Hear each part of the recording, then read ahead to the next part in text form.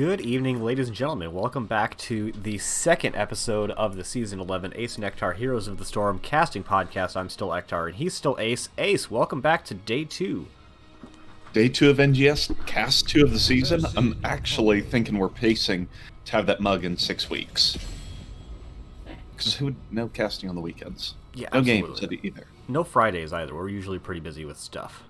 In that case, we might be off the pace. But regardless, today we've got Minion Miners and Nature's Cure out of A West. Get used to us, A West, because we have a particular interest in this division this season for some inexplicable reason. And, you know, that gives us more motivation and more reason to do some of the cast out of A West. So everybody wins. Except hopefully not our opponents. Well, one of these teams will end up winning, and we'll face them twice throughout the season. Yeah, we are in fact a double round robin division. Before we get on into the draft, which has already started with the bans, we are going to go over the maps pick and ban. The coin toss was won by Nature's Cure. They opted for map pick, so that's twice in a row that we've had people opting for map pick. They banned out Volskaya and Braxis, so get out of here, Overwatch and StarCraft.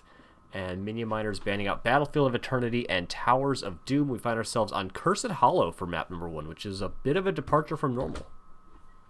Yeah, you see the TLV ban here by Minion Miners, actually, against Nature's Cure, who did pick this map. So I haven't scouted these teams because I haven't played against these teams yet, but that seems like a thing that Nature's Cure would have planned. Minion Miners has sniffed that out, so and even if it's not, if your opponents are like, we want map pick for game number 1 and we want Cursed Hollow, I'm cool with just throwing out a TLV ban if you have no scouting. Like that's a confident way to start a series, and TLV are generally just an incredible hero, but especially on this map. Yeah, Abathur might be picked up. I don't know any of these teams, to be completely honest. I've not seen Hemibo around in that's my various Twitch channels. Yeah. And Enigma is maybe a name I've seen before, but that could just have been like in Storm League. Yep. Got Chromie Uther Deathwing as the start here for Minion Miners. That is it's an interesting opening gambit, if you will. Yeah, that definitely... It doesn't have to be main tank Uther, but it could be main tank Uther. It was picked after the ETC, so I wonder if that's a specific counter draft to it, or if Minion Miners are just a big fan of Uther. Yeah, and Deathwing fallen out of favor a little bit recently, but I still always like him on these big maps like Cursed Hollow, like Alterac Pass. But yeah, we'll have to see why Deathwing. Yeah, I mean, global always good. It'll match out the false stat there. Oh, got the prediction up. Very nice. Well done, Ektar. Yeah, I think 5 minutes is long enough for the draft to finish out without me having to pay any more attention to it. Agreed. Tychus banned out from Minion Miners. Makes sense. They've got the Deathwing. They've got Uther, who gives armor, and Tychus doesn't care about the armor, so seems good. Hogchamp picked up here for Nature's Cure, and I think that'll be the first time we've casted a Hogger. I think it will be, although it will certainly not be the first time we've seen him, as he has just skyrocketed in popularity once people figured out how his kit works.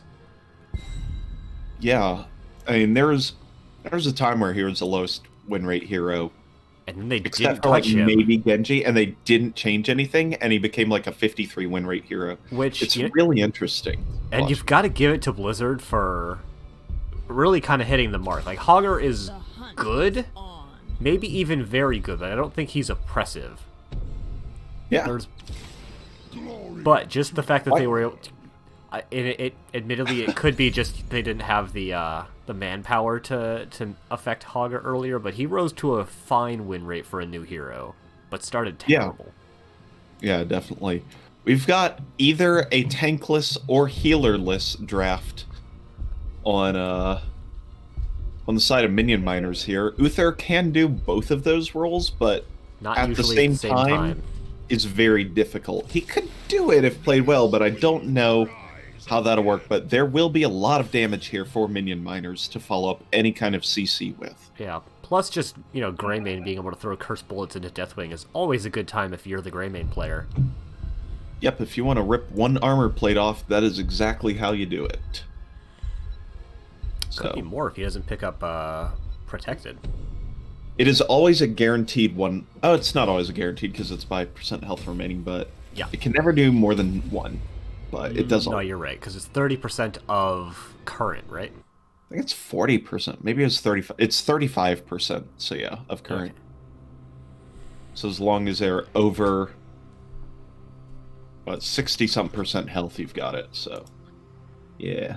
Yeah, go ahead and drop out the predictions we've got here. Personally, I favor Nature's Cure just a little bit, just because their draft is a little less weird. But yeah, I did left side all last series. So Ace, why don't you take it away for Minion Miners? All right. Well, you already gave away the name, so no mystery anymore on the left side of the map. In the blue trunks, we do have the Minion Miners playing their first game of NGS Season 11. We've got Himibo on the Deathwing, Marshall on the Chromie, Sir Mac of Cheese on Lunara, Weskra on the Uther, and Murderin on the Thrall. And on the right-hand side, in the red trunks, they are Nature's Cure, with Harris playing the Anduin, who is not running with Scissors, rest in peace. Sailwater is playing Greymane. The J Ruckus playing ETC. Noel Sanka, I think, is playing the Hogchamp, and Enigma, thank you for an easy name, is playing the Feed Chicken. Yeah, you picked the wrong side for easy name. I sure did. You made a tactical error. So we do have Uther going into the Hammer of the Lightbringer, which is the more tank of the level 1 abilities. But isn't the Q one, which is usually the tank one? What's funny is... It's definitely not the healer one. Yeah, healer one is a W, and tank one previously was the Q.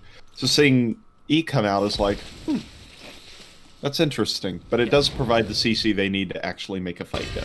Yeah, we have Murtaden and Enigma in the bottom lane. Initially it was Hogger, but he is rotating very early, actually, to go take that siege camp that hasn't even spawned yet.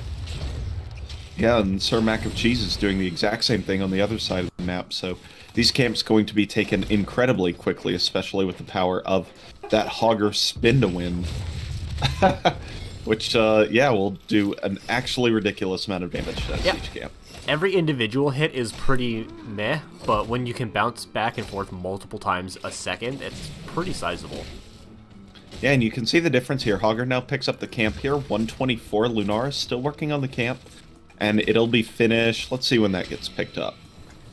Probably about 10 seconds later. That's 133 to 134. So yeah, 9 to 10 seconds later.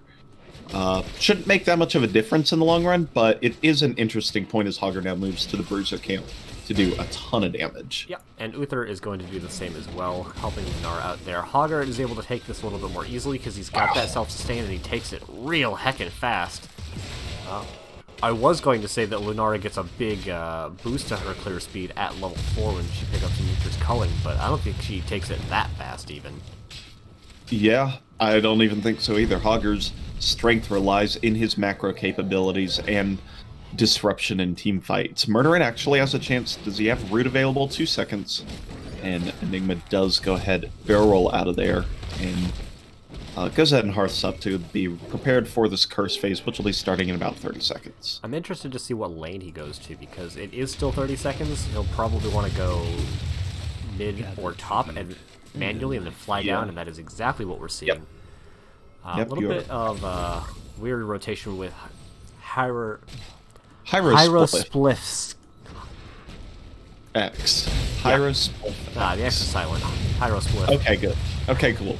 We're gonna go with that for our sake. Yeah.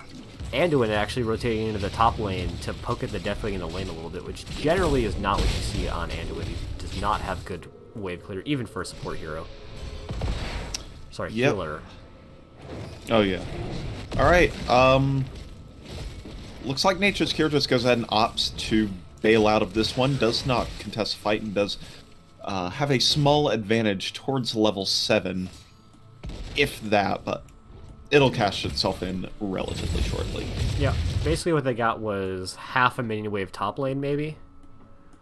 Yeah. Which isn't insignificant, but it's also not the biggest deal in the world. Definitely the other things happening on the map will be a much larger deal.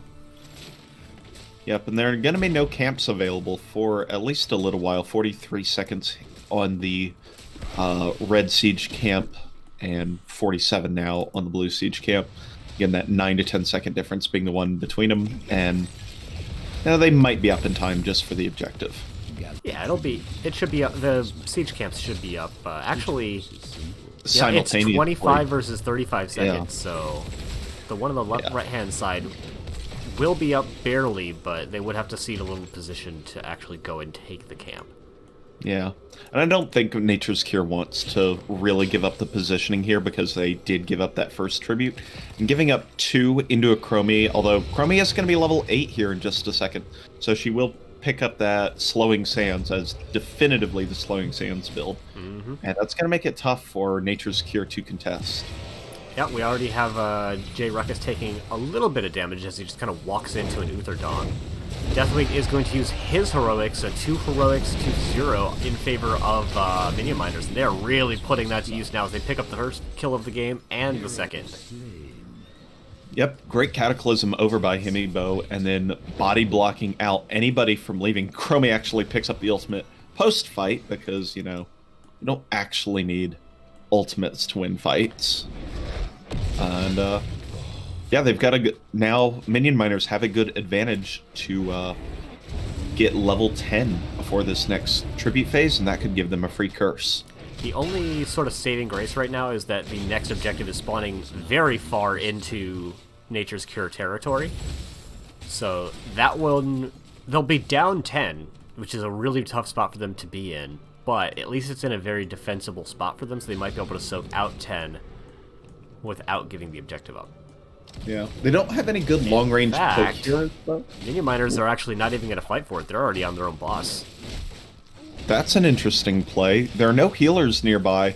Murderin is taking a lot of damage, but it looks like if they stagger the hits between them and Sir Mac of Cheese, they'll be in good shape, and that's exactly what they're opted to do. Yep, but Uther here actually just the cleanse to stop the root damage from killing Murderden, and oh, you hate to see those slams go out, doing a ton of damage, actually. But that is a very quick boss, and their opponents are taking their own boss as well, identifying that Minion Miners have been off the map for too long, so they're just going to have ETC pick it up, and then have everybody else take it, and, you know, those 4 are taking it way faster than Minion Miners did, but they're slower to actually picking it up, so I think it still favors Minion Miners, because look at how much damage is already being done in the bottom 4. Yeah, Deathwing was able to stall 4 times with that Skyfall on level 7, and really annoy ETC, and then the long rotation for the rest of the team is going to allow that bottom 4 just to be pushed down for practically no cost there for Minion Miners. So they pick up the first fort, but we might see a counter fort here in the top lane, depending on Falstad's in a bit of a rough spot. Oh, but Sir Mac of Cheese doesn't quite get the Leaping Strike, which would put him into a good position to continue to chase down that Falstad. So he'll get out of there, but definitely this boss exchange goes in favor of Minion Miners. Yeah, I thought they might have wanted to force a fight up level 10. Why not? But it seems to work. Murderin actually in a bunch of trouble as he was caught out on the Bruiser camp there. Doesn't end up dying unless Enigma makes a big play. Does drop the Gust, and that will be the kill onto Murderin and the camp take. So really well done. The J Ruckus, though, in a bunch of trouble, does get taken out before the light bomb goes off, so wasn't able to make it out with the ability movement speed. Now Enigma gets the Leaping Strike thrown on, and that's not enough to quite get him at this moment, but still in a rather tough spot as Hogger goes ahead and picks up the second objective. Yeah, that was very close to actually getting the interrupt there, which would have been really nice for Minion Miners, because they're in a spot where they could try to take this fight. It wouldn't be amazing for them, but they could definitely have tried to fight over it. Nice damage coming out from Sailwater there into Himibo, who's actually stuck around to try and poke out on this vision, but is going to decide to back out. Casual 15 to 1600 damage in one shot. That is a good bullet. Seems good. Seems good. Falstad goes ahead and spends one of the bribe stacks to go ahead, take the camp a little faster, and boost that lightning rod damage as well. So we do have that pretty typical bird box build coming out here. We haven't mentioned them, but most of the heroics are what you'd expect. Sundering is a bit of a departure from normal, but not that much. Uther serving as both the tank and the healer is... You couldn't really be surprised if you took either heroic, and we do have the Bellowing War from Deathwing as well, and pretty much everything stock standard on the side of Nature's Cure. Yep, everything looks fine. ETC gets sectioned off by the Sundering, and then the Interrupt prevents anything further from landing, and all escape attempts are doomed, and Uther gets taken... Uther gets to take out ETC right before this curse phase, and now Nature's Cure is going to have to play on the defensive for the next minute or so. Yeah, they are. Noel trying to come in and find something, but gets immediately stunned out by Wesker. Marshall, where are you going? That's a good question. It's a long stasis, but it's not that good. Yeah, they're in a bit of trouble here. Uther's going to apply the 25 armor, but Greymane's auto attack damage is kind of ridiculous and amped up by the Wizened Duelist on level 7, so... Yeah, that Chromie is taken out, and that's going to take some of the wind out of the sails on this push. Yeah, and this is actually kind of an awkward curse phase. They have the top and bottom forts already, but they're not in a position to try and push in for a keep, and they just lost a hero, so it's going to be difficult for them to push in mid lane. They're pushing in now with just Uther and Sir Mac of Cheese, who are both going to get gusted back in and promptly getting that kill on Uther. Sir Mac of Cheese is going to try and find a clever little leaping strike to get out. Noel does not. He comes in with the Hortipole. Oh, and the leaping strike puts them into a bad spot, and they get taken out as well. There's a world where they survive that, but we're not living it. Yeah. Yep. So that was 3 kills during the curse phase for Nature's Cure, and as far as losses are concerned, bottom wall, like some damage on mid for it, like that was an incredibly good defense for Nature's Cure, just finding picks around the map with their momentum. And Minion Miners may have felt a little bit, safe on a cursed map. But, yeah, that evens this game up very nicely. And Nature's Cure, with the tribute advantage, has the ability to take this game back into their full control. Actually, even a slight XP advantage as well. So these bosses are going to be coming up again in just a second, but it's going to be a lot harder for Minion Miners to just step in and take the boss this time, because their opponents are at that level 16. Just for a moment, but still. Yep, it's actually the full Lightning Rod variant instead of the pure Bird Box build from Falstad here. Does a little bit more damage, a little bit less utility, but still definitely is like the general genre of builds is most powerful.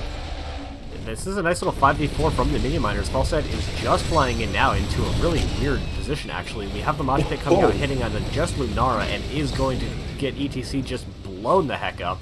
Enigma's still doing some damage. They're split out from the rest of the team, and it looks like it is now a full-on retreat from the members of Nature's Cure. That looked like a bit of a scary... I don't remember. Tasmanian Devil from Hogger. I don't remember what that ability is called. Hog Wild. It's literally is called Hog Wild. That's with 2 G's. Looked a little bit scary, but he got the angle. Yep, that is the duality of the Hogger. Bottom boss picked up for Minion Miners, and Nature's Cure is going to have to burn this down quickly, but it's Greymane and Hogger, let's be real here. That boss got eviscerated. It sure did. And you got to think that this boss exchange once again has to favor the Minion Miners, because theirs is going onto a keep, their opponent's is going out onto a fort. And it's the lane closer to the tribute, so they... Actually, however, this does put Minion Miners into a position to take the curse instead of actually going to defend this boss. So that could end up working really well for them, even if the direct boss exchange doesn't. Yep. Deathwing, though, being a pain. Y'all gotta spread out. 180 degrees out. They had 3 people. They had 3 people on that earlier. Thrall's looking for a flank gust or a Sundering. Doesn't find one at that angle. Himibo now is the focus target, and Sailwater goes in and dives with the Greymane. Is not going to secure the kills. Himibo cataclysms over the wall to safety. J Ruckus 10 seconds left on the Mosh as the keep goes down for Nature's Cure. Deathwing does get taken out, and the Gus used to knock them into the corner as this fight continues with the power slide onto Uther, and that will be the end of his life. That was a really good Hortipole to actually get Hogger out of dodge and allow them to pick up that kill out onto Uther. They did end up eventually trading a keep for it and actually losing a fair bit of damage onto Core. It looks like Falstad should probably be backing for more reasons than one, but 47% damage done to the Core. The Curse will stop that for now, but that was a bit of a rough exchange, really, for both teams. Yeah, that's a tough one for Nature's Cure. I mean, they've got their Curse. They have a chance to get some damage on the map and bring this map a little bit more into parity as they pick up this top fort. But their lanes are so pushed out that they're going to take a long time before they can push up and get any additional forts. And with that bottom keep going down, that's going to be pressure for the rest of this game. So, yeah, a tough situation to be in here. Yeah, they will get, it looks like, all three forts, maybe. Mid is still up in the air. Bottom is pretty much a foregone conclusion. They've got top. Mid is still a possibility, but Minion Miners want to make a defense here. They get a good stun into fear, and that is going to be Hogger going down. 4 counter kills during curses this game now, as Hyra Spliff is, oh boy, that's ability throws right there. Like, oh no, their whole team's right there. Where are you going, Hyra Spliff? Sunder? Sunder? Waiting for it. I think he's waiting to line it up right behind the fort. Oh, does get it, but doesn't hit him the right way. Yeah, that was the power of the move speed on Divine Star 13 coming in, getting him away from that Sunder. But Sir Mac of Cheese is definitely using that unfair advantage in their advantage to make sure that they get that kill out onto Anduin. And now it looks like Minion Miners aren't going to push into end, but they are going to steal their opponent's camp, and maybe when they pick up that level 20 in just a minute, they will be. Yeah, when you're pushing into core, the healer isn't as important if you're the defending side, just because the enemy team can just walk into the Hall of Storms to heal up, so that healer isn't quite as necessary. And with Hogger coming up, it's almost an even fight under core, so not a great, good decision not to go for it, I believe. That time trap took like all 5 of those shots from the mid fort. Yeah, time no traps one took any damage. Why do time traps tank so much damage? They're like, oh, we have to be good against, so heroes can't just incidentally one-shot them. And then they tank so much damage from forts can't incidentally one-shot them either, or 2-shot them, or 4-shot them.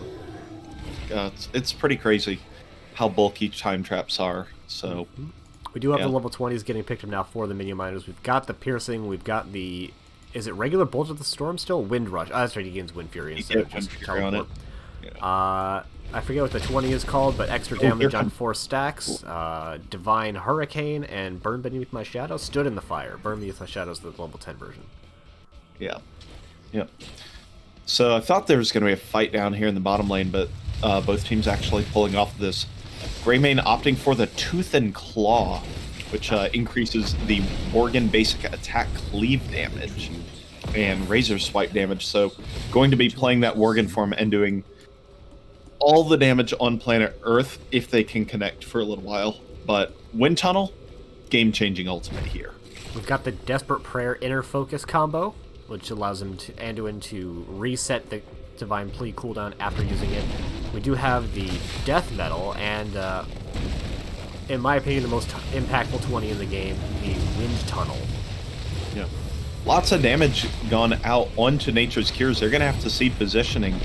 No kills picked up off the Sundering, but lots of damage and health bar exchange going on at this point. Oh, Falstad gets blunk into and has to force the Wind Tunnel just stay alive. Himibo going to try and burn him down, but does not get the kill. Divine Hurricane lands on the ETC, and the J Ruckus is going to make it out for now, but this position has to be seated, and Minion Miners will take this tribute. Or the area of the tribute, and then move boss. Tribute already picked up. And their opponents know that this is happening. They've definitely got the game sense. They're coming to try and make a defense here. And, ooh, Hogger getting stunned out. It looks like he got second stunned with the... Oh, there actually isn't a benediction, so I don't know what I saw there. A lot of damage going out into Marshall, but they are able to disengage successfully. Himibo is pretty low as well, but the Minion Miners forced a position into the boss, and they're actually going to pick up the steal. Yep, Mosh Pit comes out on the point, but doesn't result in anything. Slide goes through along with the Sundering. J Ruckus is going to get pulled to questionable safety. Deathmosh actually just ends up zoning out a little bit as Marshall comes in for a Chromie flank. 2 kills for the Minion Miners, and may this be the end that they're looking for? Sure seems like it. It's definitely possible. They have a pretty big minion wave and 5 living heroes. Bonus kill. Bonus kill makes that from probably into more likely than not. Very likely. Yeah. And how about another one, Ektar? Another one. That takes it from extraordinarily implausible that Nature's Cure are able to defend here, and that should be game number 1 going over in favor of the Minion Miners.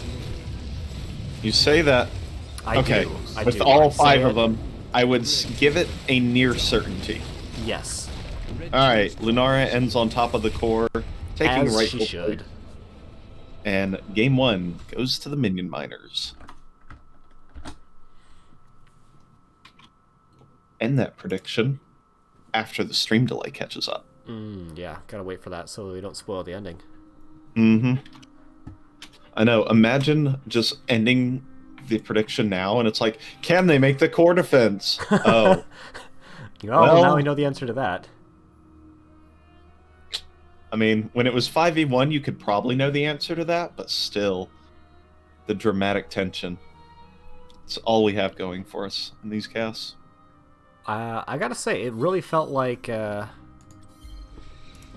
the early game was all Minion Miners, but definitely in the late part of that game, Nature's Cure found their tempo, and they were starting to make some good plays there. That boss steal was potentially incredible, but then giving up those kills was unfortunate.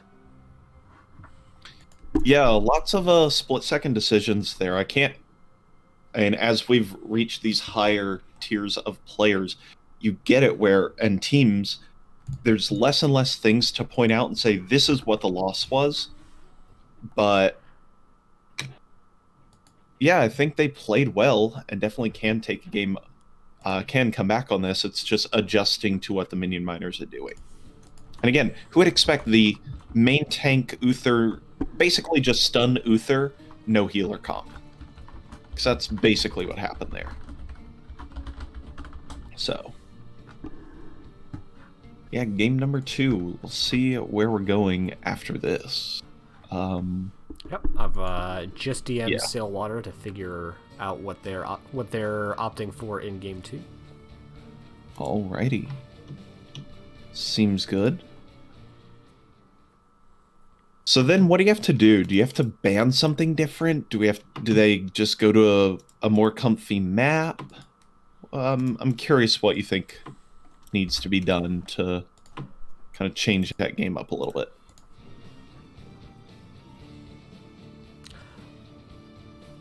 The only thing that I can really point to that I thought was questionable was how long they left Falstad in the top lane during some of those objective phases. It definitely felt like he was rotating so slowly that a person on their team was dying or the objective was getting taken up before he ever left top lane. And I felt like that was pretty questionable a couple of times. So just maybe tightening up the rotations a little bit faster. Minion Miners were definitely rotating around the map a little bit better. Hogger was definitely taking camps faster than Lunara, especially that one Bruiser camp, but as a team, it just felt like Minion Miners were a little bit quicker to a lot of things. So I guess I would say that if they're going to go for a map, Nature's Cure want to play on a map with a little bit of a slower tempo.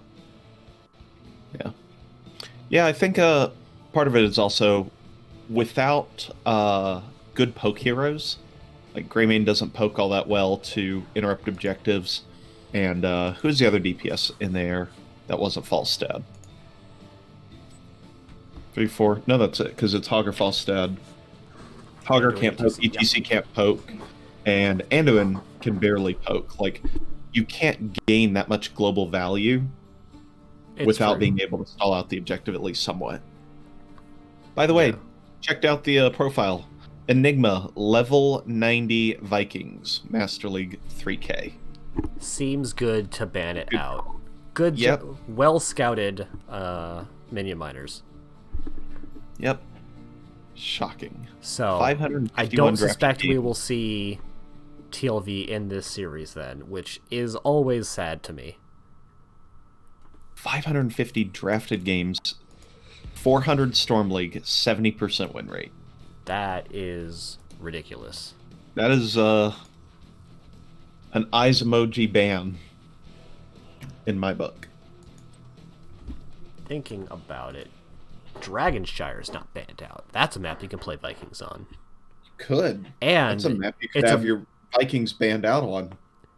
But it's also a map where I think that you could get away with a couple of other cheeky things, so you could like force out the TLV ban and then get something else really good, like maybe a Rexar who's incredible on that map, or just any of those other heroes that are a little bit better on that map compared to some others.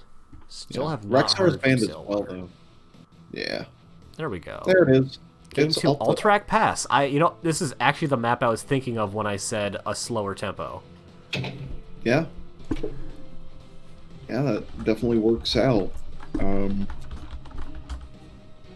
I have dog hair everywhere because the dog was very excited to see me. Oh my goodness. Doggos are always very excited. Minion Miners picked the map. They sure are. So Minion Miners picked Alterac, so they were like, we saw how a big 3-lane map worked for us last time. What if we did it again? And then we'll ban Vikings. Another one. I think... Yeah, Seems this isn't good. even an incredible Vikings map. No, it's not great. I mean, 3rd or 4th in the pool, probably. I mean, Behind. it's big and stuff, but there's... Right. It's hard to just get value with the rest of the 4-man on this map compared to other maps. Right. I agree. Cursed Hollow, probably the best Vikings map. You've got D-Shire, it's a decent one. Garden of Terror, new to the map pool. Good map for Vikings. Not as good as it once was, though. Yeah, true. Oh, it disappeared. The thing disappeared. It did. I need We'll to figure out the bug. I don't understand. There we go. I reselected Alterac Pass as Alterac Pass, and it came back. God, I gotta look into that. Anyway.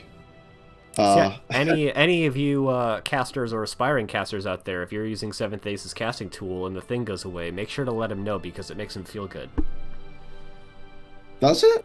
I don't think it does. It does not. No, I'm just a terrible person. No, I'm actively releasing a tool that I know has one bug in it that I cannot reproduce. And if you solve it, and if you help it, you'll be my favorite person. You need to get Racket here.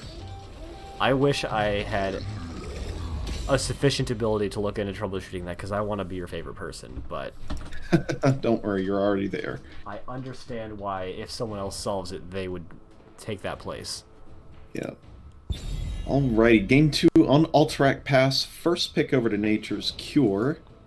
So they're going to be able to threaten their Vikings and whatever, even more. And get priority pick on maybe the Chromie this game, if that's what they so desire. I need to make sure to add Chromie to my bans list, because I don't ban her enough. It's true. Ban lots of offlaners. They're so good, though. I know they are, but so is Chromie. Ugh. Definitely not allowing that TLV to come through, which is not a shock. I am blown away, baffled, and confused as to how they wouldn't let the level 93k master player play their strongest hero. Getting Himibo off that Deathwing seems pretty good, too. Yeah, I would agree with that. Himibo had some really solid plays, especially with the Cataclysms, I feel. Yeah. Like, the difference between a good Deathwing and a bad Deathwing is, do they die when Cataclysming is an escape? Yep. There's Rexar ban again. So we'll have to see what Nature's Cure goes in first. They insta-lock the Chromie. 3 little ticks off of that timer at the top. Yep. Could have been more frame perfect. But could have been. Yep. You know, speaking of frame perfect, have you given any more thought to speedrunning the tutorial missions yet? Not a bit. Okay. Not a bit. I might have to do that at some point, though. But I've got way too much happening right now. Holy mother of stuns, Batman. We have an actual tank this game, though. And it's not also the healer. That is But true. man, Uther's so good. I guess that's their answer to Chromie, is to dive the crap out of her. So Yeah, let's see what Nature's Cure does to not let that happen. And Taika seems okay at that. Grenade creates space, and trait after enemies use mobility seems really good. yeah. So Hogger's got Displace, not bad. Yeah, I like the disparity between drafting 3 stuns into heroes versus several knockback or anti-movement based abilities for Nature's Cure. Yep, If we go this series and they don't play Malfurion, I'm going to be a bit disappointed. Yeah. For anyone that doesn't know, Nature's Cure is the cleanse equivalent that Malfurion can pick up on 7. Yep. And probably is an ability in WoW too. Maybe. You know, it doesn't ring a bell. Not that I've played very much Druid in World of Warcraft, but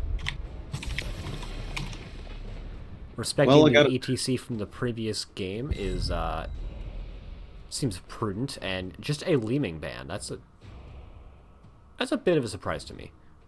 Leeming blow up. I mean, it works the same thing as Taunt Variant blow up because you've got so many stuns. So I could see it, but I haven't scouted enough to call it. Nature's Cure is a WoW ability. What's it do? Cures harmful effects on the friendly target, removing all magic, curse, and poison effects. Oh, okay. So it's the Druid's equivalent of, like, remove curse or dispel magic. Yeah. Yep. Falstad and Jaina picked up. So Jaina is the DPS follow-up, and boy does she have pretty much the best burst in the game to follow up with, and Falstad is just good at macro. Falstad is your exists in one of the Scylla lanes heroes. Yep. Brightwing and Johanna. So Brightwing, one of the best anti-dive heroes in the game. Yeah. So definitely good. Good there. Got a huge heal, got a big shield if you decide to go into it, and you can bring a cleanse with you. And you've got a polymorph. I think that's actually the most important thing. You can either poly the Anub, poly the Uther, just cut the follow-up CC, or poly the follow-up damage. Like, there's so many options to just silence someone for, what, a second and a quarter? That it's really, really powerful. So Ace, is this 2 tanks and a healer, or 1 healer and 2 tanks? Or, no, it's Uther offlane, obviously. Come on, Akhtar. That's how this works. Is it Uther offlane, or is it Rhaegar offlane? Yes. It's whatever... It's whatever you want it to be. Minion miners just make sure that they draft Uther, and then you just have every role in the game. You really do, except for Assassin. You've got ranged poke if you go into Q, but you don't really have enough burst for it to be an Assassin. Yeah. Would agree with that. Alright, you want the easy side this time? Nope, I like a challenge. Alright. On the left side of the map, in the blue trunks, we've got the Minion Miners up 1-0 in the first series. We've got Weskra, again on the Uther, Sir Mac and Cheese, going from damage to healer on the Rhaegar, Murderin on the Falstad, Marshall on the Jaina, and Himibo on the Anubra.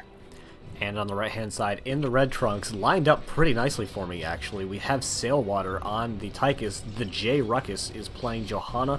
Null Sonica is playing the Hogchamp again. Enigma on Chromie, and Hyrospliff on the Brightwing. They are Nature's Cure. Right. Starting off looking at any unusual level 1s, looks like everything seems fine. Maybe Colossal Totem is a little weird. We see a lot of Lightning Shield builds right now, so I'd call that out of the ordinary, but not unusual. Beetle on 1 is a bit weird, yeah. And the dash is a lot less standard than it used to be. Yeah, I would agree with that. Falstad making the optimal flight path going into the top lane so that he has global advantage during the objective, which will be spawning in the bottom area. Yeah. Looks like nobody from Minion Miners is going to go camp the objective other than Uther, but Uther will... I guess he can finish his entire Hammer of the Lightbringer quest on that. by about the 8-minute mark, whereas Hogger on the left side or on the right side is going to have this camp taken, about 10 seconds from now. Oh my god, you can do that on the... Oh, that's so disgusting. That's a 1:15 camp pickup. Yeah, it's very fast. It's very fast for a solo hero. We have Himiko and Sir Mac and Cheese in the bottom lane. Because Minion Miners, they've got the weird team comp, so they're going to have to do a little bit of rotating, whereas Nature's Cure can kind of just stick people in lanes and leave them there. Yep, that is true. Yeah, if you're playing Hogger, just learn how to take every camp really, really fast, and you are well on your way to being a pro Hogger. It's true. Very, very important. Checking the top lane for just a sec. Murderden actually taking quite a bit of damage from that Tychus. Yep. Looks like the CC train is headed out onto Johanna in the middle lane, but that's also a Johanna, so... And a Jaina who isn't fully equipped with talents yet. She does, assuming this is new Blizzard build, which it is, judging by the Arcane Intellect, that doesn't come online till level 7. Yeah, up in the top lane. Yeah, Himibo actually went to rotate on Sailwater and probably ended up saving Murderen's life there. As Murderen was down to about 100 health there. Yeah, new Blizzard build picks up the Ice Fury wand at 7, giving you that cooldown reduction on auto attacks versus chilled targets for your Blizzard. Definitely allows you to pump out a lot more Blizzards than you can with any other build. It's a lot less single target, but Blizzard is a great burst ability. Yeah, I mean, it allows you to... The problem with Jane is that everything's tied behind her Blizzard cooldown. Oh, actually, here's a combo onto Sailwater. Blizzard not available, though, was used on the wave, so there's your problem with Jane, is that your most powerful ability is tied to a 15-second teamfight cooldown, which is just a long time to wait between good abilities, and so reducing that down to what's more in line with Cone of Cold is really effective. Is J-Ruckus going to get that? Oh my gosh, that was close. That was very close to getting it just solo there. Yeah. We have a much faster camp pickup once again from Nature's Cure. Hogchamp doing what he does, taking camps faster than the next two closest heroes on the map combined. But neither team is really looking, I was just about to say, to get this objective, but then Nature's Cure just kind of steps in and takes it. Yeah, I mean, it's kind of the agreed play that you just wait, get level 7, before you really fight over this objective. It's not but if you catch, yeah, what? It's ice flows. That's kind of interesting. Either way, there's a team fight going. Enigma's going to go ahead and get lightning rodded in the back from Murderin. He's going to be in a bit of trouble, while Hogger, meanwhile, on the front line, does try and spin to win and does escape. Uther finishes that battle momentum Hammer of the Lightbringer quest, so lots more ease capable of coming out here. And double cleanse. That's interesting. A lot of damage was sustained by the members of Nature's Cure there, but they've got a Chromie who has vision, and in theory can stall us out for a very long time, but missing out on the Qs there and not a W cooldown to put into Himibo is going to be another channel for the objective going over in favor of Minion Miners. Murderden taking a lot of damage from Sailwater basically all game here. Yep, that is very true. Brightwing was split off for a little while trying to pick up any soak, but did end up having to port back. Both teams with roughly 6 to 7 seconds left on the camp timer. Very close, actually, so next objective take pretty much grabs the whole thing. But Chromie picking up Slowing Sands at level 8 now should have the advantage in this fight. Yeah, we actually do have Murderden going to take this camp. Looks like he had 2 bribe stacks available and is just going to manually take down the other one. This will give them the advantage in mid lane for the first time all game, as Hogchamp hasn't been able to rotate out. Yep, and it looks like Null may be heading there now, but also might not. They will go ahead, split out, maybe get Brightwing towards the top lane to soak out some XP and use Chromie to do her stalling tactics as she should. Yeah, we do have Hogchamp getting the optimal vector and consistently hitting with that Hog Wild. Is going to take it very quickly, and Wesker's into Slowing Sands very far, but that's a lot of damage going into Sailwater. Brightwing is there in time with that big heal and shield. on the phase shift to keep them nice and healthy. However, big stun condemn coming out from the Johanna, followed by a counter engage with Himibo.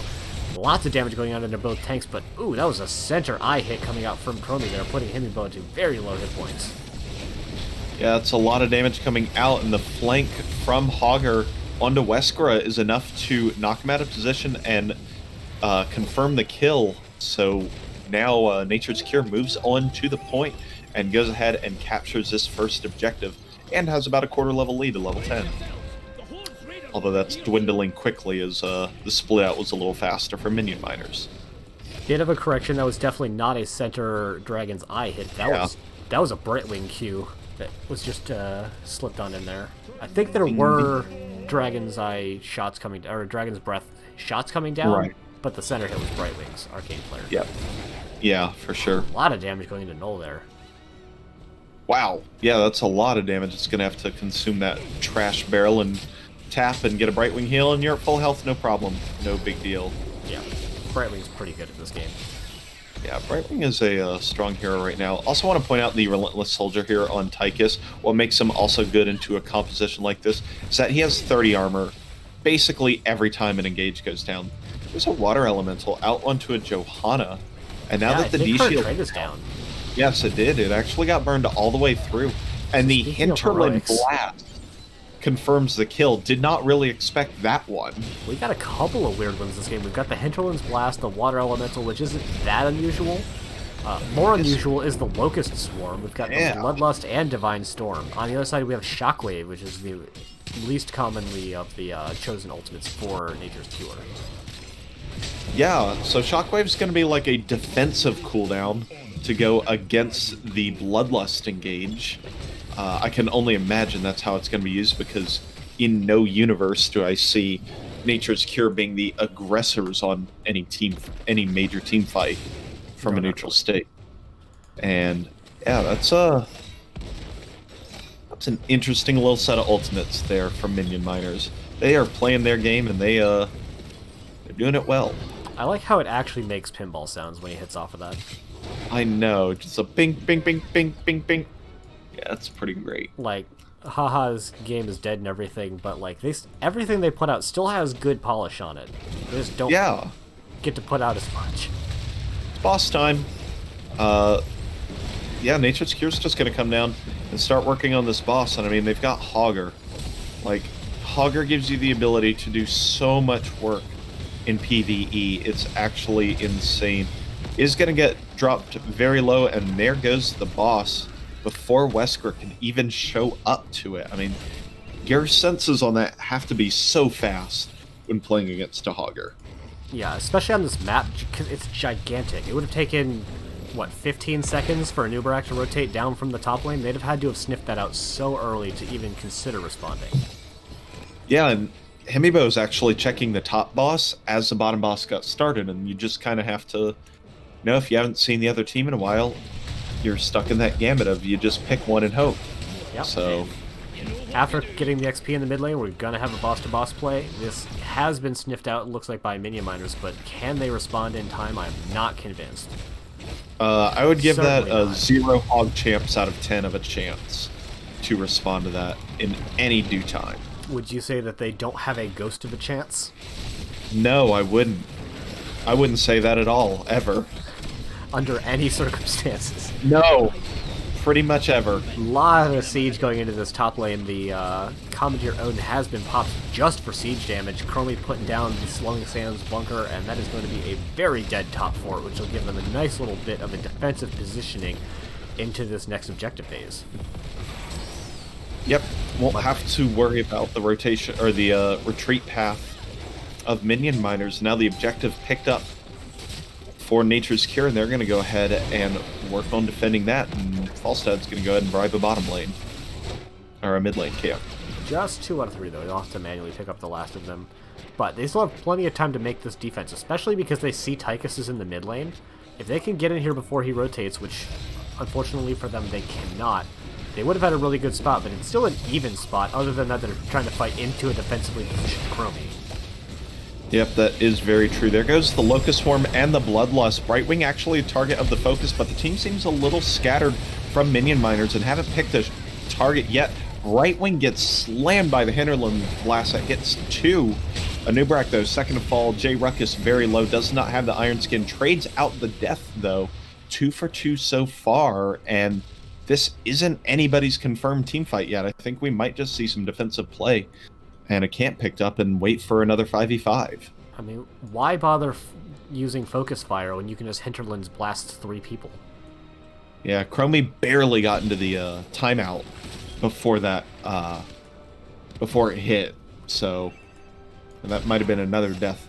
Chromie was pretty full on health at the end, but regardless, it still would have been cooldown reduction. Yeah, both teams just opting to do what they can to soak and try and get that level 16. It is slightly closer for the members of Minion Miners, but they don't have as much global presence as their opponents, so should get it about the same time.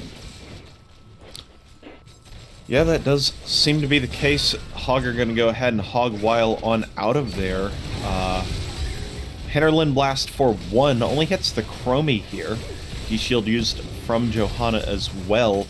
So they're Nature's Cure is a little vulnerable to any kind of CC dive right now, but it does seem like Minion Miners are going to go ahead and back off and try and regroup for the fight.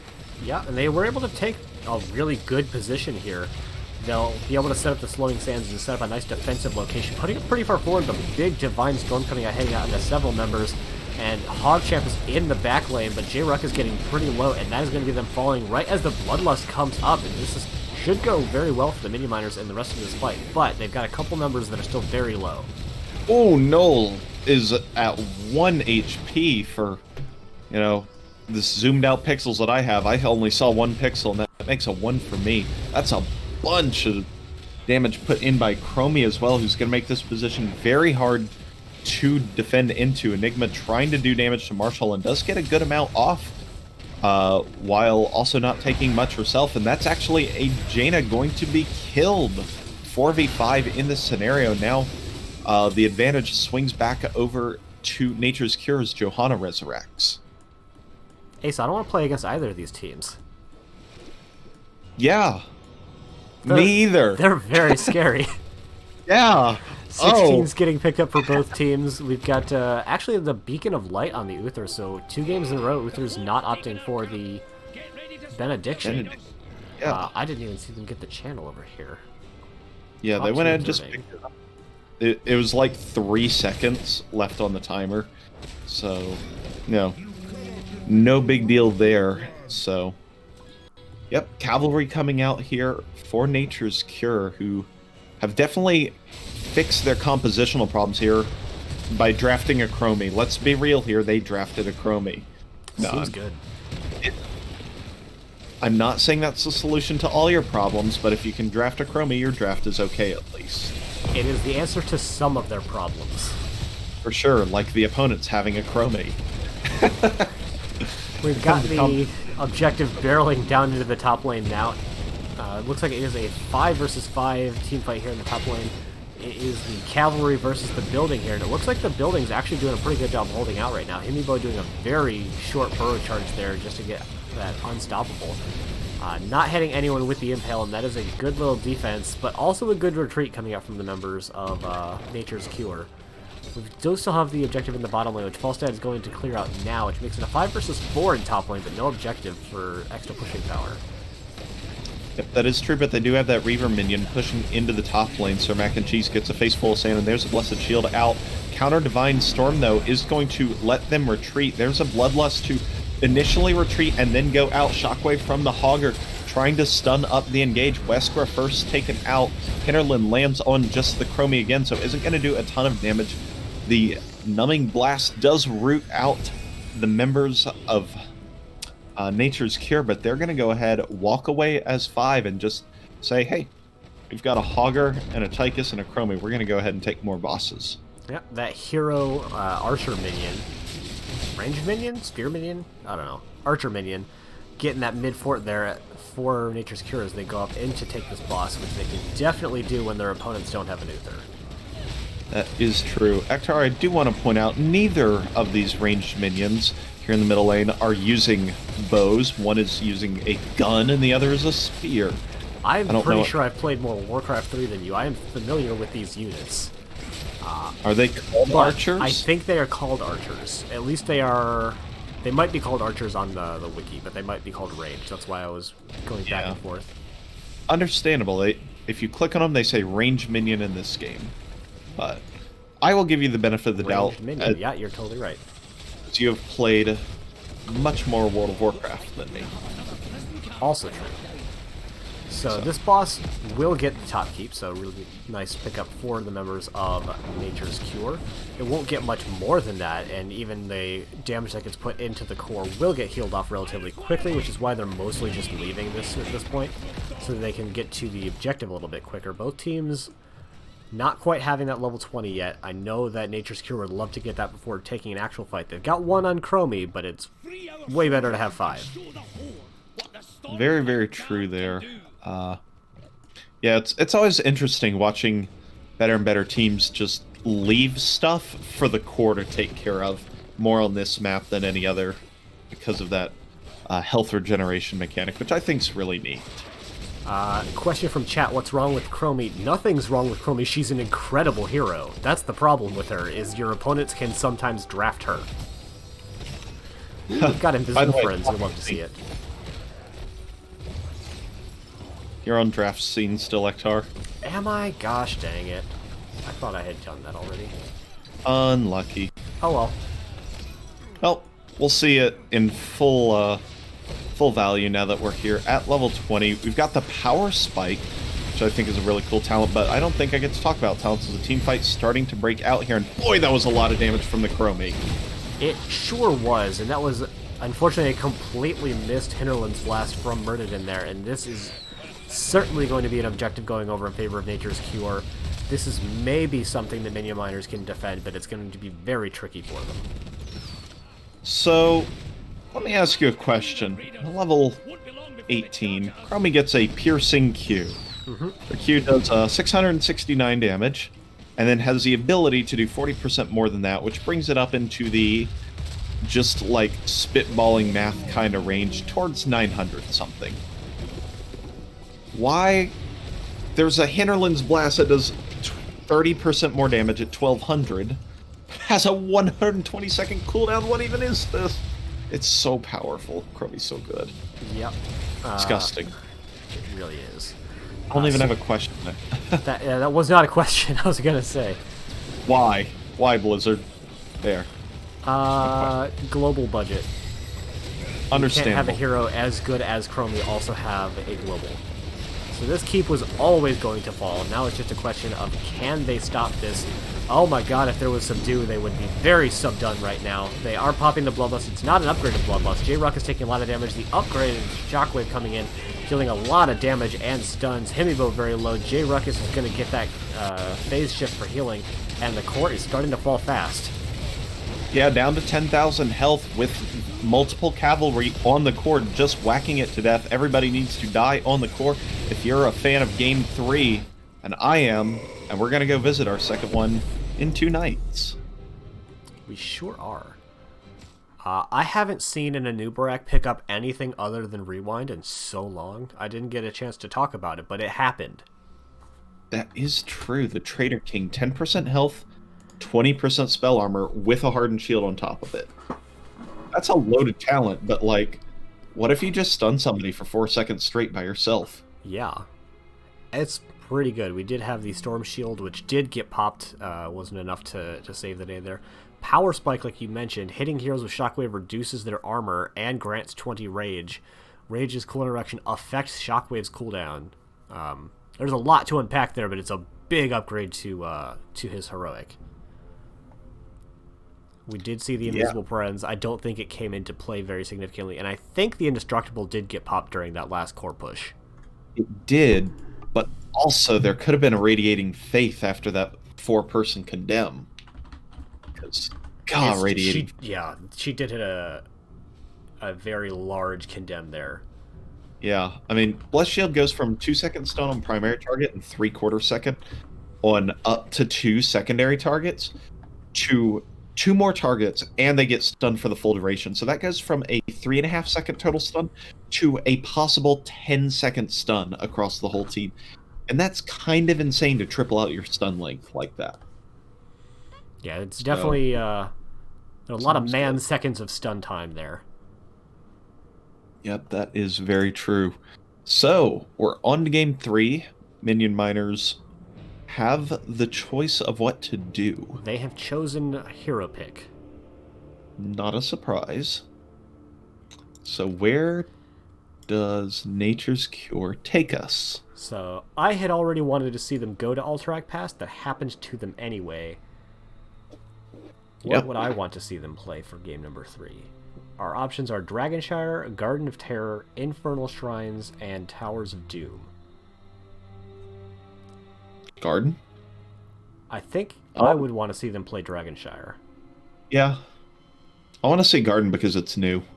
Yeah. Of maps I would want to see selfishly, it's Towers of Doom because I love that map. Yeah. Followed by Garden of Terror because it's new. Followed by Dragonshire because I don't see it as often as Infernal Shrines, but I'm still not unhappy to see Infernal Shrines, so I'd be happy with any of these maps, frankly. And I can't say that that's always true because Sky Temple used to be in the map pool. Yeah. Yep, that is true. We've got a game 3 Infernal Shrines. Cool. A very reasonable map. Some might say the most reasonable. I don't know about that. Some people call it rather unreasonable, and I think those people are unreasonable. Looking at every single person that's not you on our XGDI team.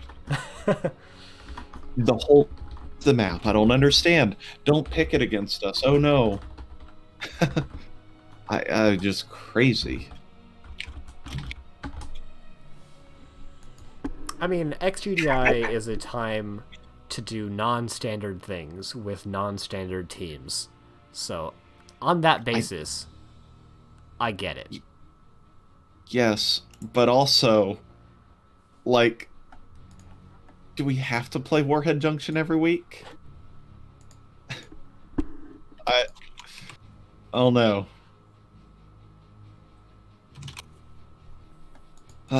Regardless, we're going into game number 3 here. Everybody's in the lobby. I think we're ready to go in to see a little game here. And we'll have to see what kind of weird or role flexible composition that Minion Miners want to go into here. The real question on my mind, it's Infernal Shrines, do we still see a TLV ban? Ooh, that is a good question. I've seen TLV run on this map in NGS exactly one time. What a memorable what a memorable game that was, Ektar. It sure was. Probably not for most of the people watching, but definitely for us and those involved. Yep. So, yeah, the other question, does Hogger make it through? Does Chromie make it through? I mean, if you're... who's picking second here? That's Nature's Cure. I mean, you have to ban the Chromie, right? Like, I feel like that's a mandated thing. Yep, I don't disagree. And They've consistently banned out TLV and Rexar, so it's... do you continue with your target bans, or do you have to respect Sand Hitler? Yeah. I probably shouldn't say that in an NGS cast. You know what? Probably accurate, but at the same time, yeah. We'll get there. So, and the last question I have is, what role is the Uther going to be this game? Definitely in the off lane. He was being run mostly in the 4-man and then the 3-man and then to go get camps. So, should be run as a traditional bruiser in game number 3. We haven't seen healer Uther. I assume that's kind of his true form. So, yeah. But do you really think that Minion Miners are going to run him like that? Yeah, that's possible. So we do still have the TLV ban. Do we still get the Rexar ban? Because Rexar is good, but he's not Chromie. Yeah, Deathwing was the ban. And Nature's Cure second ban. That's going to be the interesting one. Will we get a Chromie? Will we get another target? There we go. There it is. All right. We've got the Chromie removed from the game. Now what will we see? Do we see Bruiser Something meta? different, which is nice. Yeah, that is true. Because with the time traps and the slowing sands, Chromie can do a lot to dictate the way that the game gets played. So not having a Chromie means the game gets played differently. We do still have the Hog Champ. I like that Sylve is the first pickup, though. Yeah, it's a strong pickup. I like Diablo, too. Yeah, I think Sylve's quite strong against Diablo because he is channeled into his abilities. Once he slams someone into a wall, you know he's going to flip over in most cases, so you could land a mind control dagger combo. Just try and blow him up. That's always a capability. So we'll have to see. Sir Mac and Cheese has a tough time ahead of him with that hero. There's a lot of help in the Tychus and the Roll Fluid Uther coming into the play. Yeah, and both Sylvanas and Tychus. Well, Tychus has percent damage baked in. Sylvanas will often pick up percent damage on level 1, and Diablo is very susceptible to percent damage. Granted, he's not susceptible to a lot else, especially if you don't have a very long CC train, because then he just gets those auto attacks and the flip resets, and he just never ever dies. But I think Uther, Tychus, Sylvanas go a long way towards killing the Lord of Terror. Speaking of terror, of heroes that terrorize others, Mei getting banned out. Yep, Mei rising to the top of the win rate charts for the tanks and almost out of everybody with her recent buffs. There's a Anduin ban. Banduin. Yeah, damn it. I was about to say the Banduin, if you will, but well done. I'm impatient, sorry. That's A-okay by me. I think this pick is very important to making sure Diablo can connect his combos. So maybe they need a cleanse on Nature's Cure, maybe a high five? Kael'thas and Stukov. Stukov high throughput and good follow-up, but doesn't guarantee that Diablo's combos will land. Ooh, Garrosh Uther into Diablo. That's strong for Minion Miners. Yeah, I am liking the way that this draft is shaping up for the Minion Miners. There's a lot of potential for Nature's Cure, don't get me wrong, but Garrosh into Diablo generally feels pretty good if you're the team with Garrosh. Yep, that is... Oh, and they've got a Gazlo too to combo with. That's their off lane. Do. Lunar is going to be the last pickup there, picking up the Warden skin. Both teams picking up the tin can skin Lunara, and I hate it. I hate it like 10% less now that, I play Maiev, but, That skin existed before Maiev was even in the game. I know, that's the thing. It's still kind of horrifying. Like, oh gosh, why? Anyway, that's our draft. I think we're both in the same camp, but I think Minion Miners have come out a little bit ahead in this draft. Tend to agree. But it is not by a significant margin. Definitely Nature's Cure have what it takes to take game number 3, but I think that their path is a little bit more treacherous. I would agree with you there. I would agree with everything there. So, I'll have to see. Remember to vote in the chat. How do you think this game's going to go? Wager all your channel points that I'm sure all you new viewers have absolutely none of, so go all in, Wall Street Bet style. On the left side of the map, in the blue trunks, we have the Minion Miners trying to close out this series. We've got Marshall on the Gazlo, Himibo on the Garrosh, Murderin on the Tychus, Sir Mac of Cheese on the Sylvanas, and Weskra. 3 games in a row on the Uther. And on the right-hand side, in the red trunks, looking to get that game number 3, they are Nature's Cure with Hero Split on the Stukov, Sailwaters playing the Kael'thas, the J Ruckus playing the Diablo, Null Sonica once again on the Hogger, and Enigma is playing Lunara. Game 3 hype indeed, Weskra. We've got Fetid Touch on one from Stukov. Relatively recently was made, I think, easier to complete. Yes, the 30 to 25 on the second half of the quest. Body check on one from Garrosh, and quarterback on Tychus, which was not, I believe, not the talent picked in game number 1. I think Tychus is at 3 appearances here. Ace, remind me, what is the average Storm League ranking of A West players? Mid-diamond. So you're saying Roughly. we have Convection picked up in a mid-diamond game, and it wasn't done by Gunny. Don't reveal our secrets yet. Can't believe it. I mean, anybody who scouted the last 10 seasons of Lurk Patrol know that. But still, that is an interesting pickup. J Ruckus picked up about 4,000 Tychus bullets and is going to have to go ahead and grab some minions and some tap probably to be able to come back and play again. DQ Kael'thas, though, grabbing a quarter of the stacks already. Yeah, very quickly. We do have the Stukov split out just to soak that mid lane a little bit. Already got 2 stacks. Another stack picked up there on the Convection somewhere off screen. No one quite starting on that camp just yet. Oh. Looks like Himibo is trying to get the buttons in to flip Hyra Spliffix. But didn't, just kind of ended up, I just kind of, you know, the name's tough. I'm so sorry for doing that. And both teams are starting on their camps now, however, 3 and 3 apiece. Going slightly faster for the members of Nature's Cure. We actually have both of the Bruisers in the top lane going over and taking their Bruiser camps, which will probably go a little bit better for... Wait, no, never mind. I was going to say for Gazlo, but then I remembered Hogger. yeah, it's a Hogger.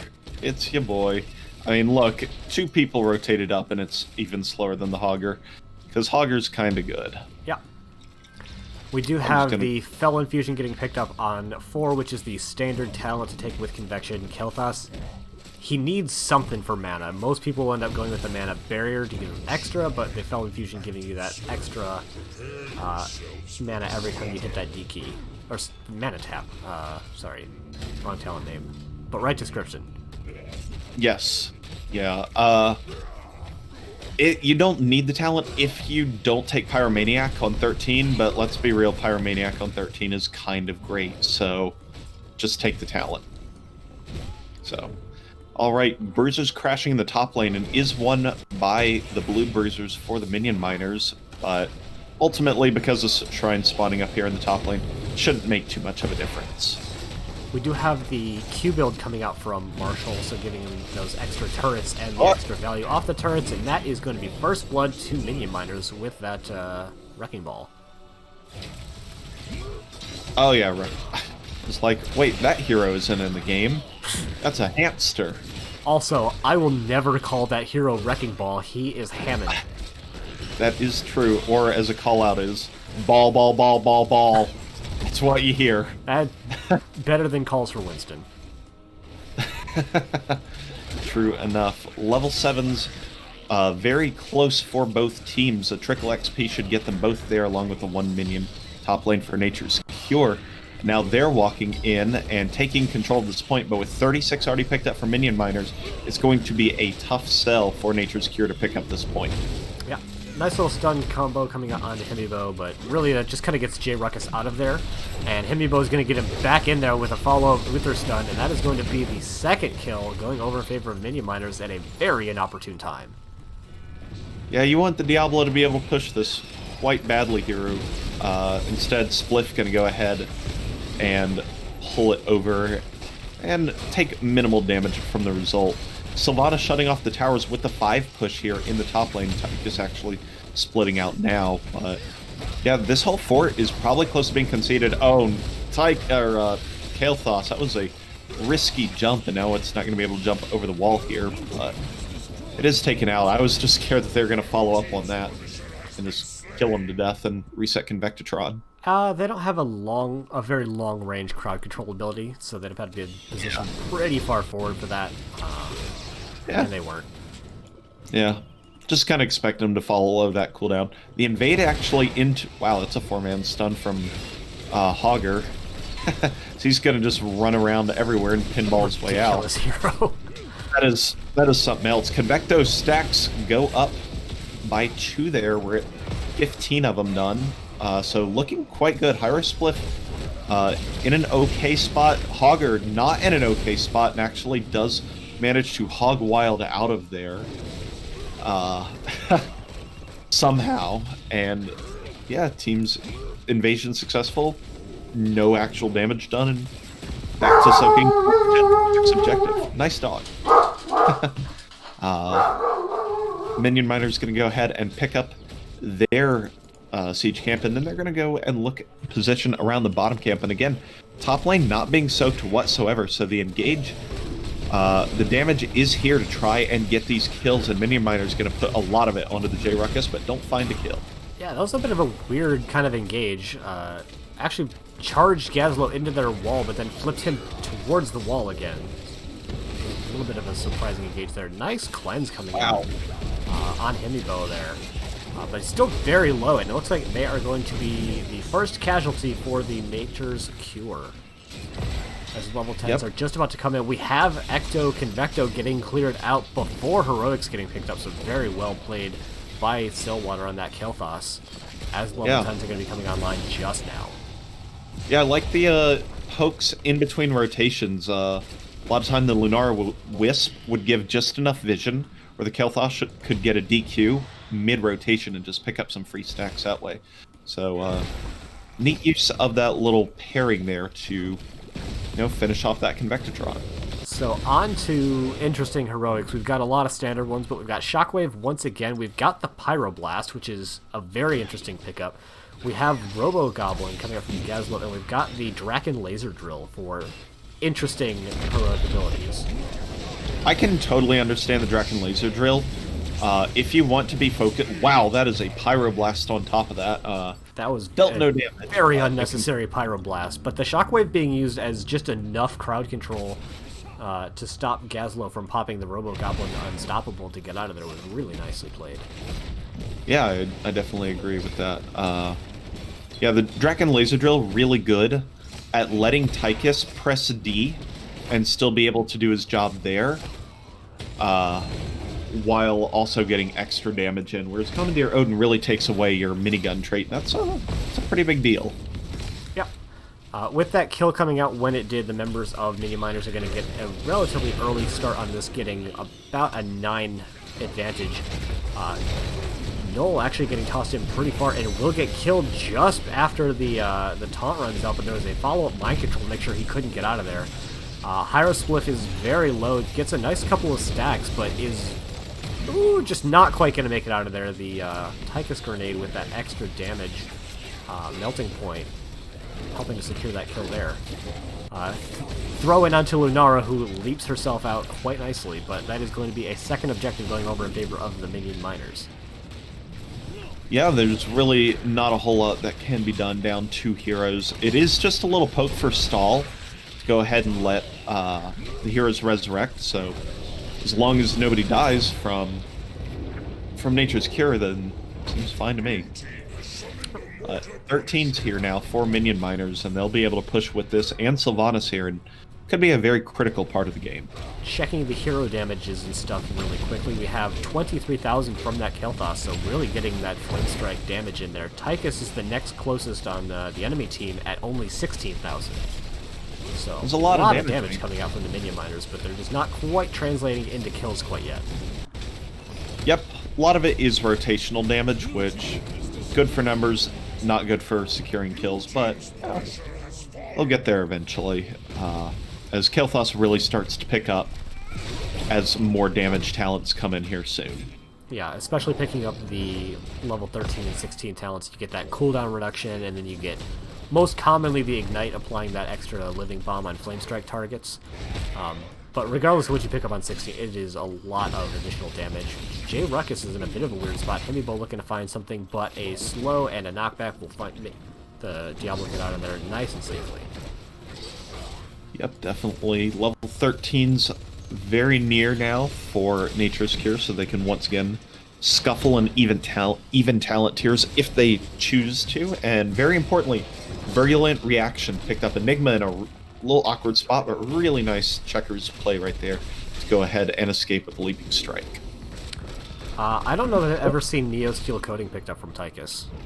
Yeah, that's it's one if you're going to be CC comboed really heavily and the opponent has mage damage to follow up, it can be good.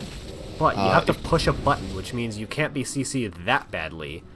Correct. Also, he has another one that just gives him armor when he's CC'd. It is a lot more armor on Neosteel coating, but it means you have to be able to push a button, which is pretty big deal. That is true. See, we've got an engagement here, and God, Uther and Diablo both. I say Uther is actually Garrosh that took a bunch of damage, but only one tank ends up dying, and that is the Diablo. So that fight was very quick and very painful for tanks, and then that was it. Yeah, there's actually still a lot of damage on the side of Minion Miners, so I don't think they can really continue this fight quite yet. They're going to get in a couple of taps, and that will make this go a lot more in their favor, as they have almost 2 levels of scaling, and very shortly they're going to have that level 16 talent tier, which is one of the strongest in the game, probably the third after 20 and 10. Yeah, I would agree with that. Also, Remorseless on Sylvanas and a double-up activatable on Garrosh. I actually didn't see if it got used, but that might have been the difference that allowed him to survive that previous fight, so... Yeah, I did not notice if it was used or not either, but that is, you know, very strong armor. We do have a little bit of a stun coming onto Enigma, but they're still quick enough to avoid the Tychus. Yep. Or the, don't forget the toss. Yeah. Don't forget that Uther armor stacks with Garrosh armor. The only I think it's some of the only armor that... I think Garrosh's trait armor is the only thing that stacks now in this game. I think you're with correct. Other armor sources. So Garrosh can become unbelievably bulky when given an Uther armor boost. So, yeah, very strong there. Being down at level 16, the members of Nature's Cure are going to opt to take their camp and soak out top lane. Because, again, 16 is just... You shouldn't fight down 16 unless not doing so straight up loses you the game. I mean, losing an objective is bad, but fighting down 16 means you probably have a bunch of heroes die, and then you lose the objective. Yeah, very true with that one there. Alrighty, so objective going to be delayed here from Minion Miners. I think that's a little interesting because it allows does their opponents to get 16, but it'll allow them to pick up this camp. Their opponents can pick up their own camp, however. I get the play, I'm not sure how much I like it. Yeah. I'm not going to argue it in the end. Enigma putting any damage into these, I think, is a bit of a mistake. Like, you have to force your opponents to finish it eventually, but I think they are better sort of just finishing out their own camp. Yeah, maybe they're trying to force fight under the positioning. Ooh, Noel in a bad spot, mind-controlled, stunned, taunted, and deleted. God, you think Hogger can escape? Well, enjoy that amount of CC. I mean, if there is no lapse in CC, no one can escape from it. And when you have 5 sources of CC... That was a Frozen Punisher thing that went off basically on the camp that hit Lunara. Yeah, it was. He rooted her down. That was kind of ridiculous, and she gets taken out as well. And now this is a really nasty spot for Nature's Cure because Sylvanas is available push, and it's a Frozen Punisher. And they're down 2. Lunara is down, which is a lot of their potential clear here. Yeah, it is.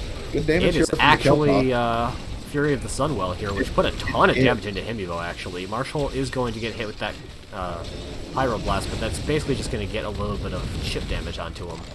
Yep. Noel's back up now, and he does immediately take a Punisher jump, so it looks like they should be able to defend unless they lose out any more kills here. Yeah, it does appear to be that way. In fact, Minion Miner's not even going to force down the keep here, and this could be defended.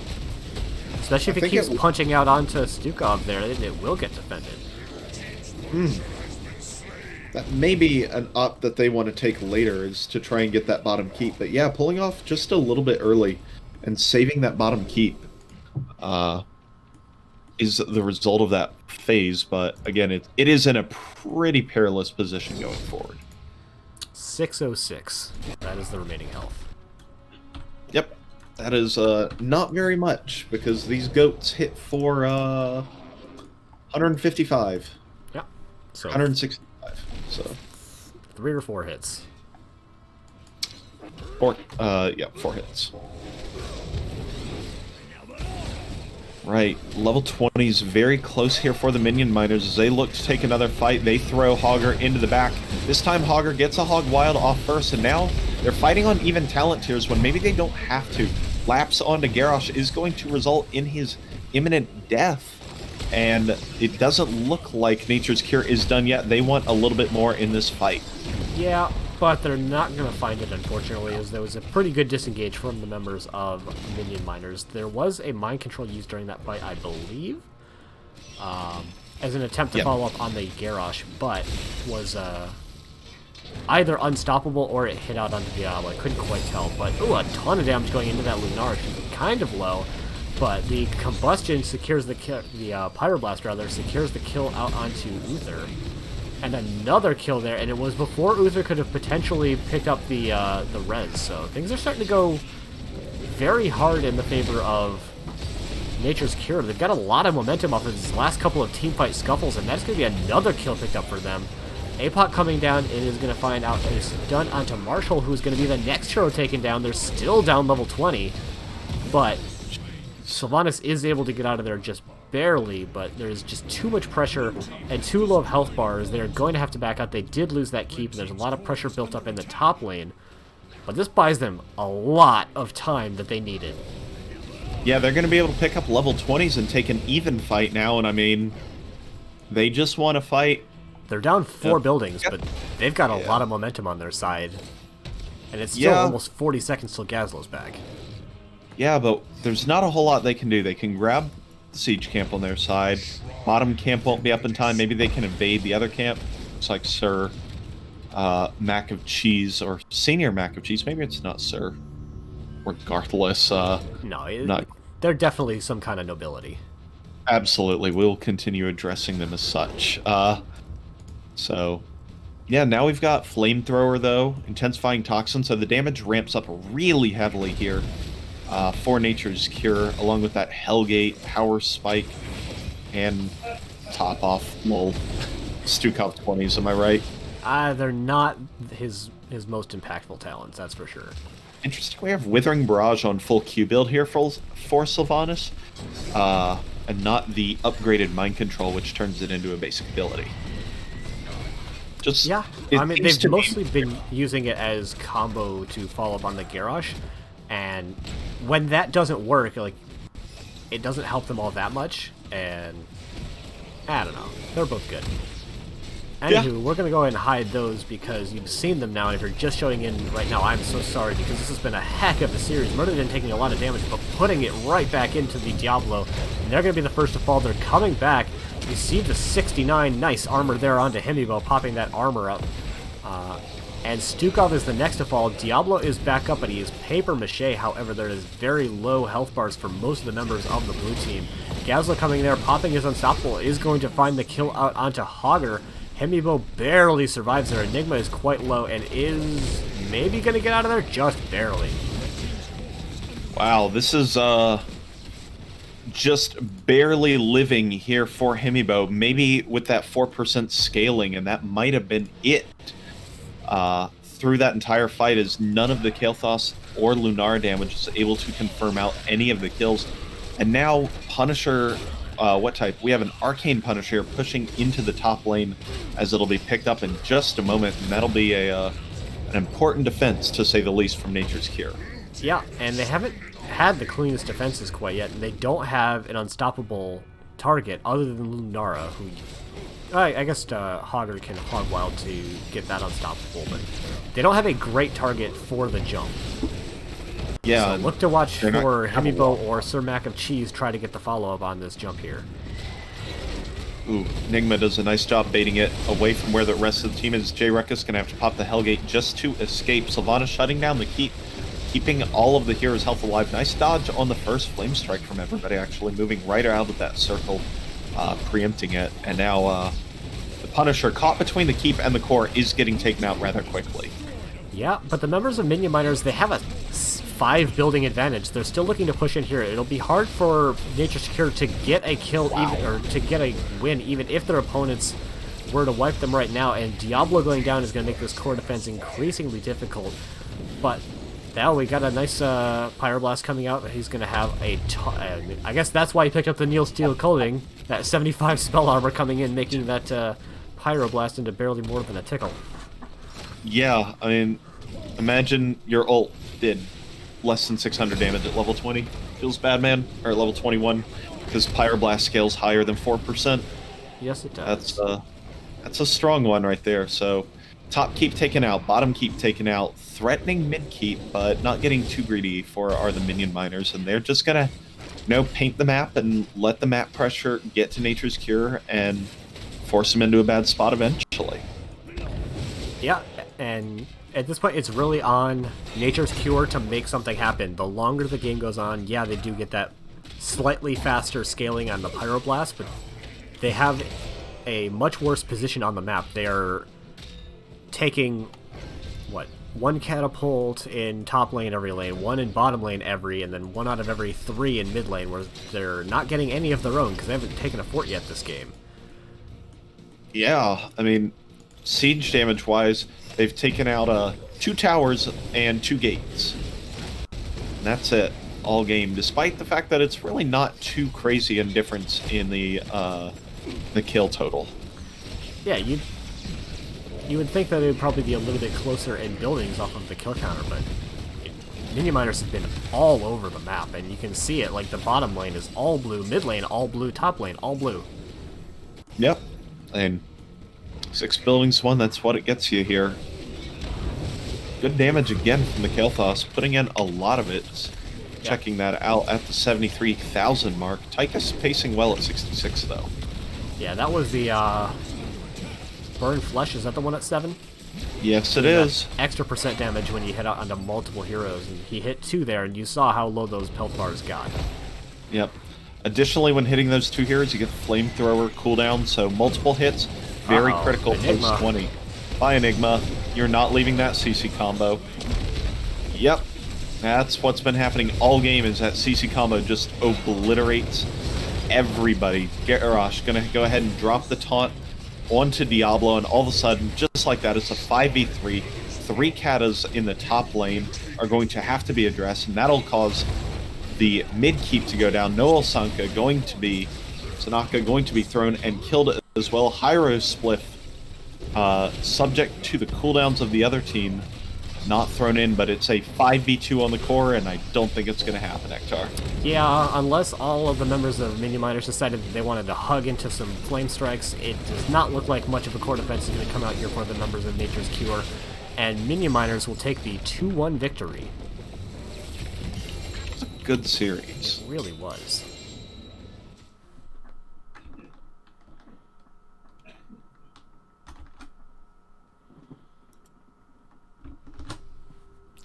Alrighty. It was a fairly close game. I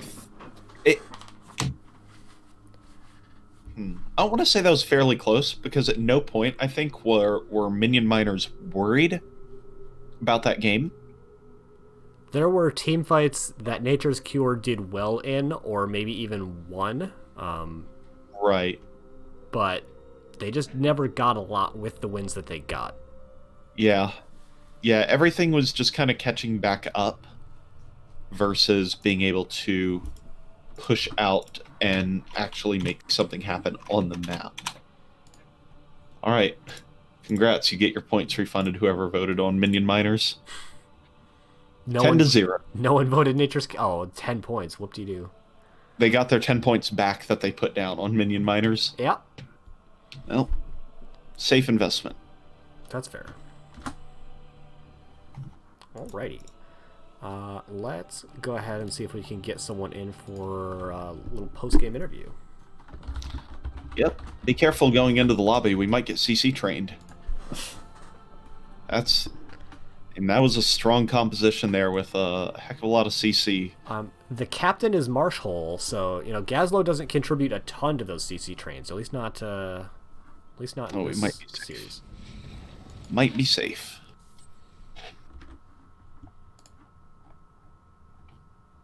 Ooh. There's a lot of people in lobby 4. There sure are. They're having a fun time in there. That looks like a whole team, actually. That's just a team.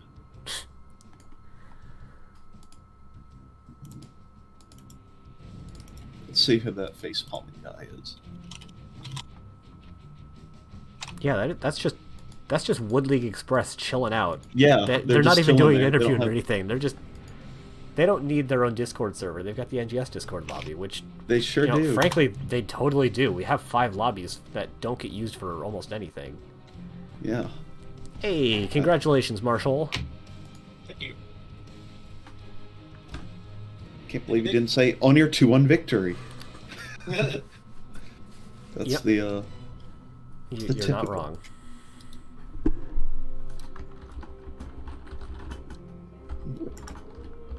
Well, congratulations, you've started the season off with a big old W. I recognize your name, like the Minion Miners. Been around for a while. Have you taken breaks off on seasons, or been around different divisions, or what? I know the name, but I don't know the story. We've had some roster changes over, however long we've been in this thing, but for the last, I want to say, 4 or 5 seasons, we've had pretty much the same roster. So we've been going strong. I think it's 4 seasons. Last 4 seasons, it's basically the same roster. Started in B in season 7, and then we've been in A the last 3 seasons. But they did the A West, A East. Yeah. So first season was A, and then A West, and then A West again.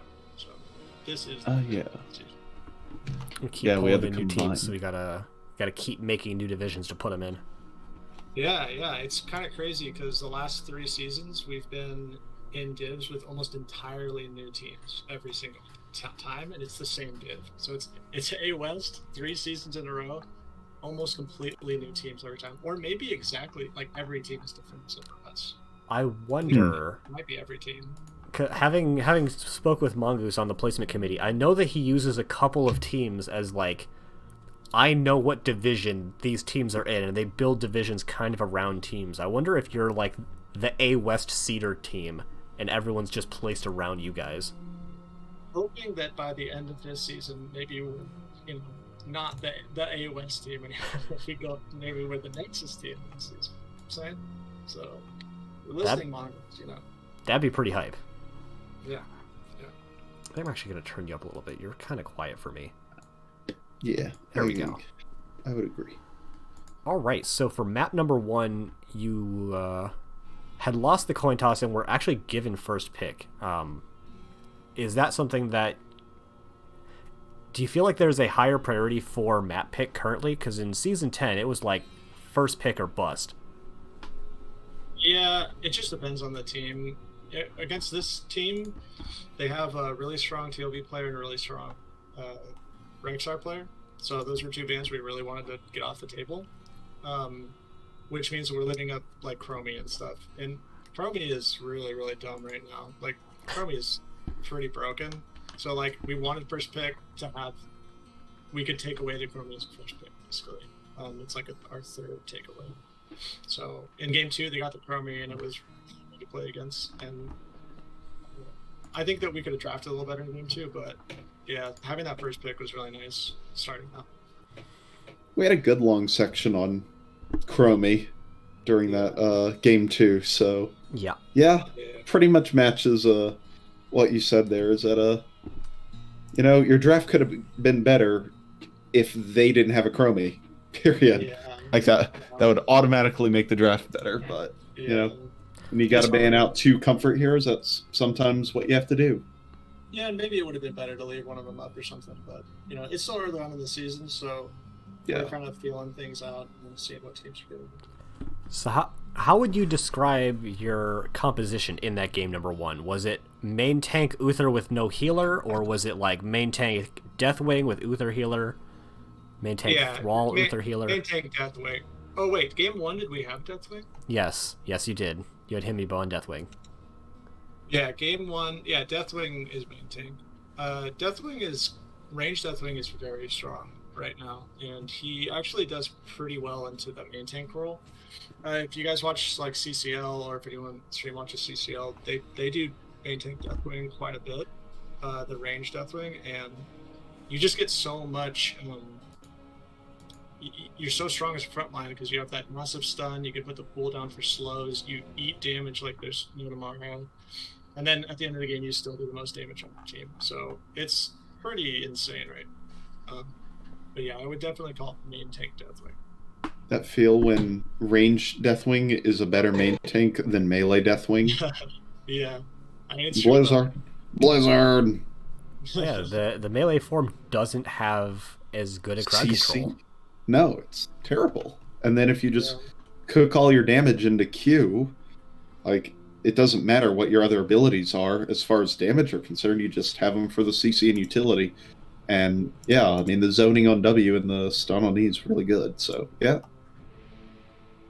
pretty good. So game number 2, you had map pick, and you opted to go for Alterac Pass. Why that godforsaken map of all places? Alterac is nice. I think one thing too is that we weren't hoping for, but we were kind of expecting them to do the Chromie first pick. And I actually don't mind as much playing against Chromie on Alterac because it's one of those maps you have a lot more to go around, basically. So if they go to the Slowing Sands, you're not like forced into like a lot of chokes. Except for that top side, if you're defending, it can be rough if you get behind. But it's just a map that we're comfortable with. And with the bans in mind too, TLB, Rexar, we felt like, okay, well, if they take Chromie, we can take away Falstad, and we get a little bit of macro pressure. So it ended up working out, but I still think that, like, just the whole idea of, okay, if they take Chromie, we get that takeaway with some stuff for Falstad. I think that was still good. I don't know if the Jaina or Double Halo was the right choice there, but it's just hard with Chromie, as we said earlier. So yeah, Chromie is busted.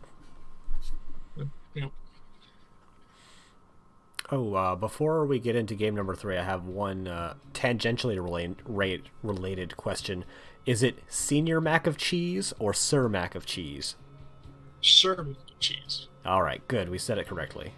Thank goodness. Yeah. That's good. That's good. Most people say Senior for some reason. Senor, macaroni and cheese. Maybe they just want to say it, like they want it to be that, but it's, yeah, definitely Sir. Is that a character limit?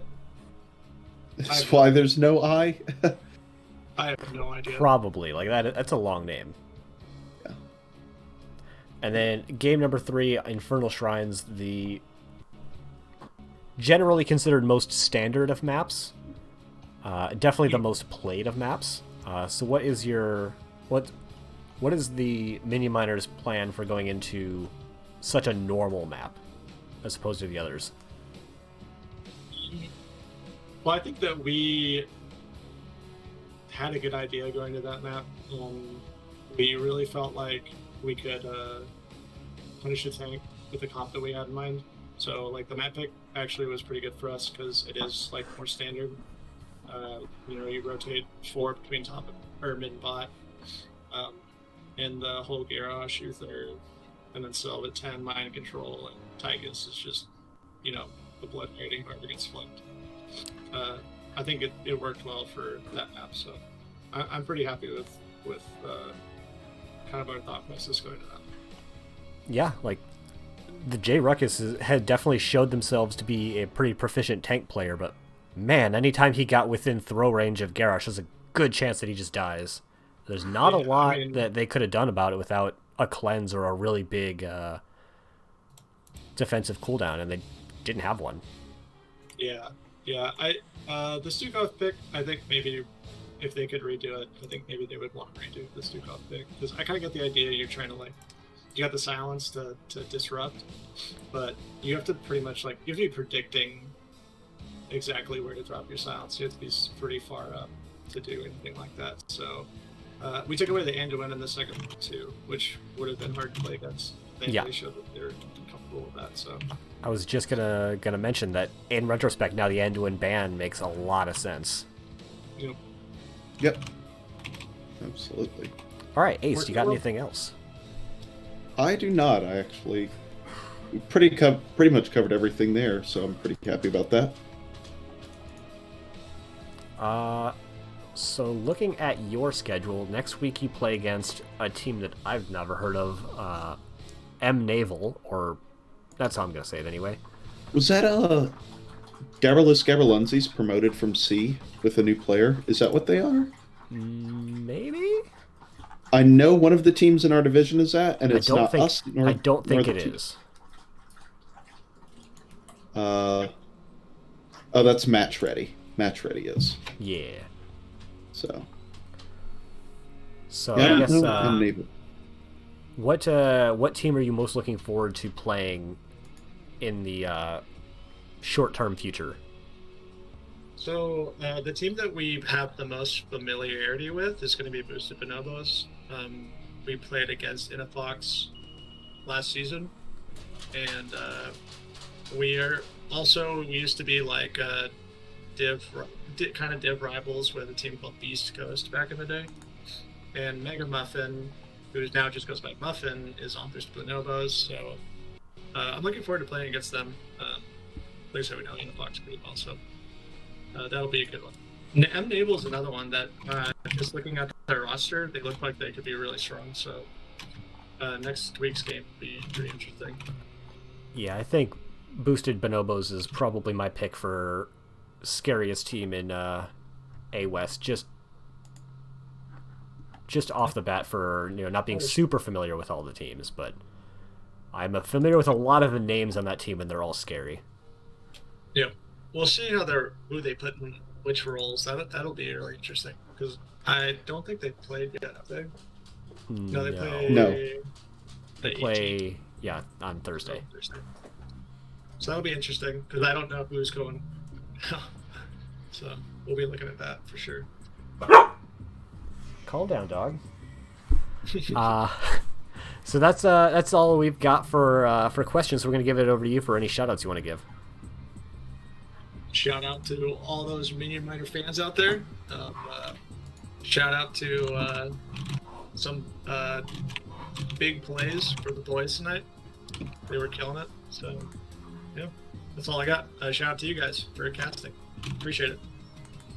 Don't mind if we scout. I mean cast. No problem. Definitely getting our casting numbers up, and the thrill of doing it is the only reason that we're doing it. And not for any coffee Two mugs. birds, one stone. 2 birds, 1 stone. We're up to 3 birds this season because Ektar wants a coffee mug. I sure do. I don't drink coffee, but I'll have a coffee mug. I drink a lot of tea, but also coffee. So. Same. Tea, coffee, alcohol, water. It's all the same. Is it though?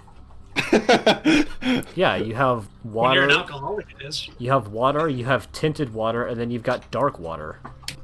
Ah. Thank you. Some of it's caffeinated. Understandable. See, when you get to be my age, Ace, you'll understand. Okay, Grandpa.